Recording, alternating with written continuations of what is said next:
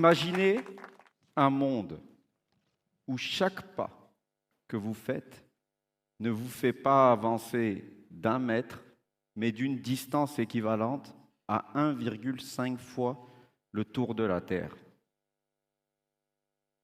Ce sont deux perspectives, une approche linéaire et une courbe exponentielle.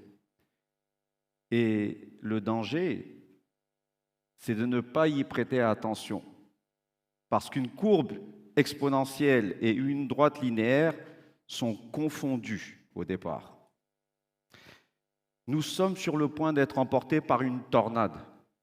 Nous vivons un moment prométhéen où la créativité, la productivité, la compétitivité et la gouvernance évoluent à une vitesse exponentielle.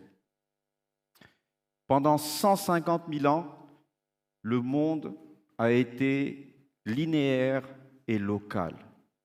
Ce qui se passait à Bongwanou, à Korogo, à Washington ou à Paris y restait.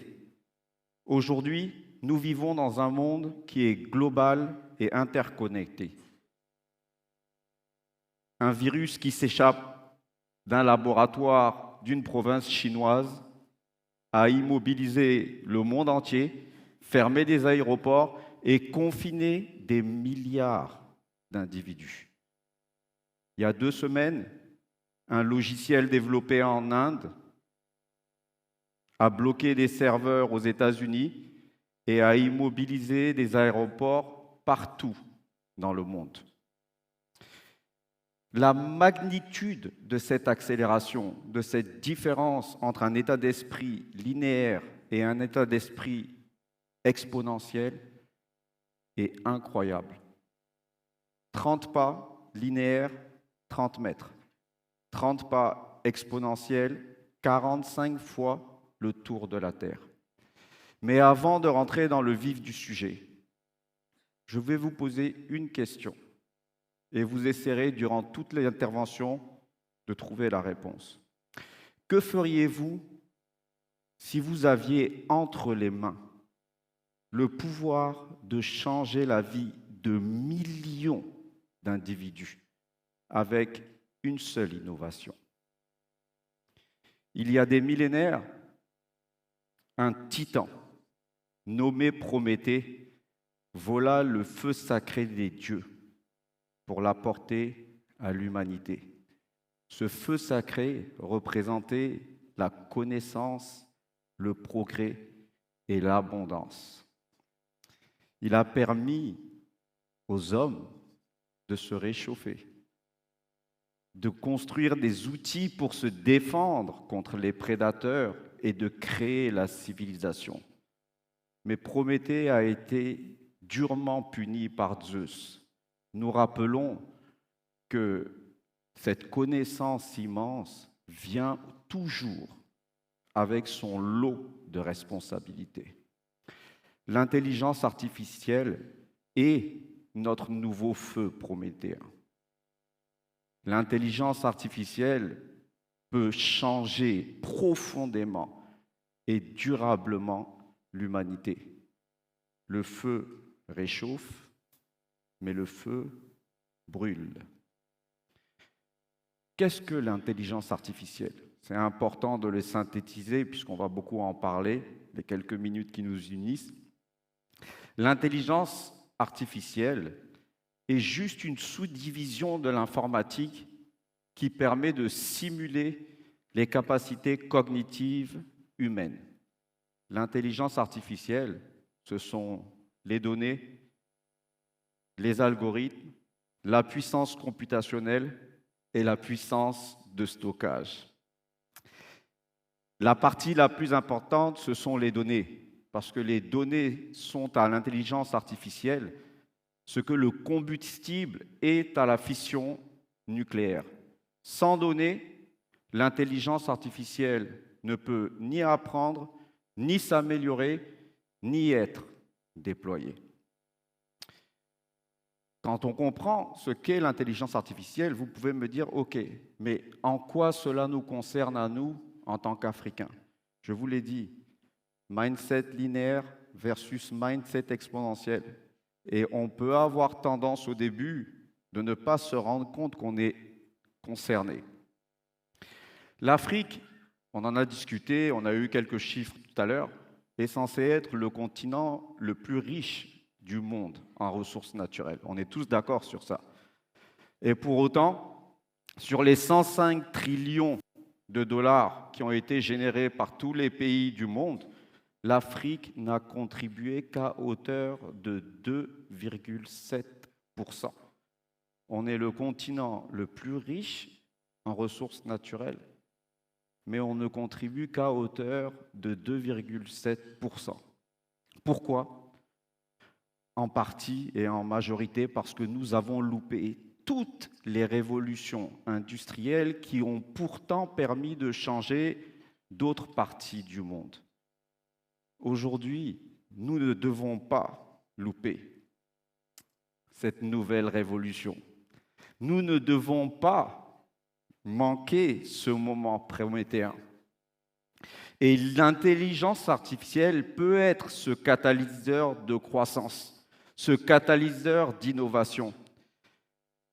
L'IA, je vais vous donner quelques exemples sur des concepts macro que tout le monde va comprendre. En Côte d'Ivoire, par exemple, on est premier exportateur de cacao et pourtant nos planteurs ont d'énormes difficultés. Des difficultés pour maintenir leur plantation, des difficultés pour avoir les accès au marché.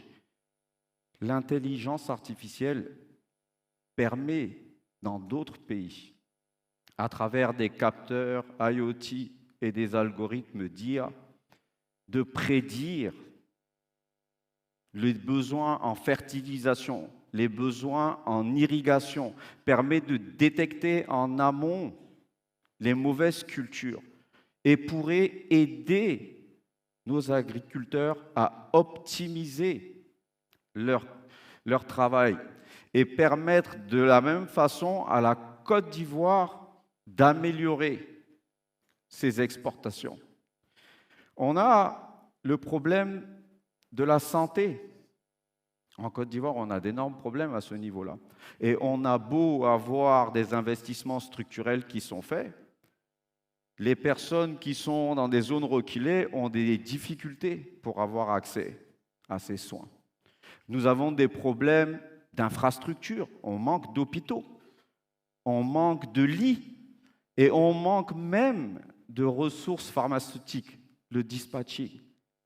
L'intelligence artificielle permet également d'adresser ces problématiques. Aujourd'hui, une IA, c'est utilisé aux États-Unis par exemple, mais aussi en Amérique du Sud, peut permettre de donner accès à ces diagnostics précis dans des zones reculées. L'IA aujourd'hui permet de diagnostiquer par exemple les cancers du sein pour les femmes de manière plus précise même que certains médecins. L'IA aux États-Unis est utilisée pour les allocations de ressources, pour éviter les problématiques dans les hôpitaux, les queues. Donc, vous voyez, l'agriculture, la santé peuvent être adressées par l'IA. Et ce qu'il faut retenir et qui est extrêmement important, c'est que pensez toujours approche linéaire, convergence exponentielle. L'IA permet de contourner les défis structurels que nous avons. Le troisième pilier est celui de l'éducation. Et on en a parlé tout à l'heure.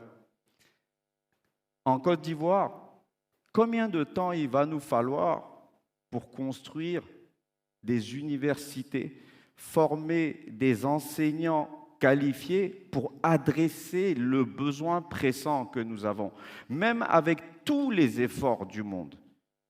Il va nous falloir des décennies. Pourtant, aujourd'hui, l'IA permet d'adresser, là encore, des problématiques.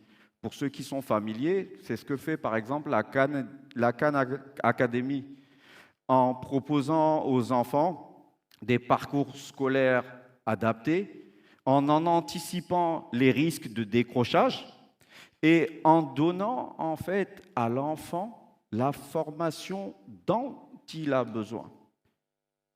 Donc là encore, au niveau de l'intelligence artificielle, on peut adresser les problématiques structurelles qu'on a au niveau de l'éducation. Mais en réalité, ce qui est important, c'est de comprendre, là j'ai donné 3 exemples macro, mais que tous les pans de la société, toutes les industries confondues, chaque segment est en fait adressable avec l'IA et ses corollaires. Et là, ce qui est important, c'est de regarder les choses en tant que jeunesse africaine. Parce que toute cette révolution, cette maîtrise du feu prométhéen doit être prise en charge avant tout par la jeunesse.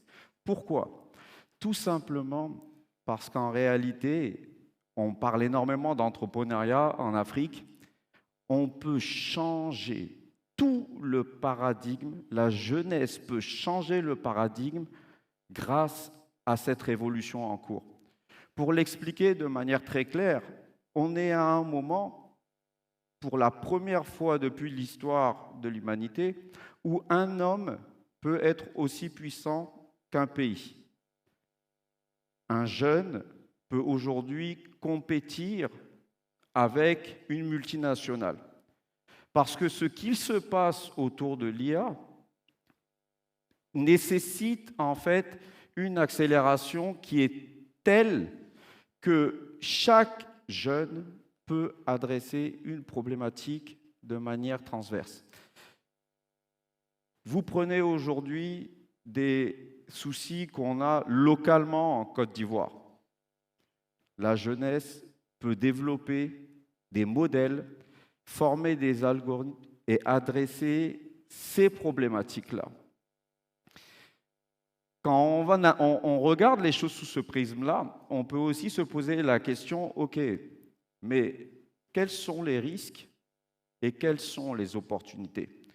Il y a quelques mois, un article a été publié aux États-Unis disant que 80% des emplois vont être impactés par les LLM, les Large Language Models, donc qui sont on va dire des outils d'intelligence artificielle comme celui de ChatGPT.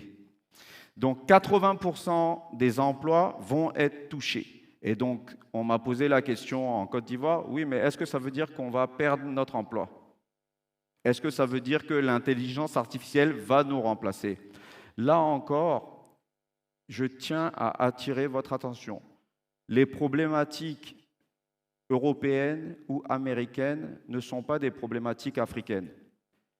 Pour être très concret, l'âge médian en Europe, c'est 42 ans. L'âge médian aux États-Unis, c'est 38 ans. L'âge médian en Afrique, c'est 19,7 ans. Les métiers qui vont disparaître aux États-Unis et en Europe sont des métiers où nous sommes en retard. Donc, au contraire, leurs risques sont nos opportunités. Pour pouvoir intégrer à une personne de 38 ans ou 42 ans un mindset exponentiel, il faut le déconstruire et le reconstruire. À 19,7 ans, je n'ai pas besoin de te déconstruire. Il suffit que je te construise dès le départ avec la bonne approche. Donc, pour nous, Africains, pour nous, Ivoiriens, le risque est largement inférieur à l'opportunité. Le seul risque que nous avons, et j'insiste dessus, est d'utiliser uniquement les outils qu'on met à notre disposition plutôt que de créer des modèles que nous allons développer. Si vous vous rappelez de ce que j'ai dit en préambule, on a les données, les modèles, et c'est avec ça qu'on crée une IA.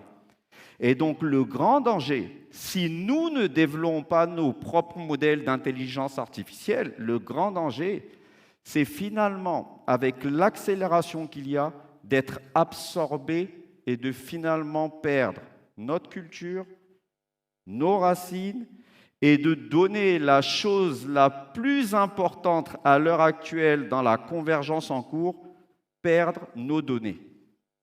C'est le seul risque. Et donc, nous ne devons pas consommer le poisson, nous devons apprendre à pêcher nous-mêmes. Nous sommes à un moment prométhéen. Je ne vais pas donner beaucoup de chiffres, mais je souhaite que vous gardiez ça en tête. Selon le dernier rapport de PwC, qui a été publié il y a 3 semaines, la contribution en GDP liée à l'intelligence artificielle va être de 16 trillions de dollars.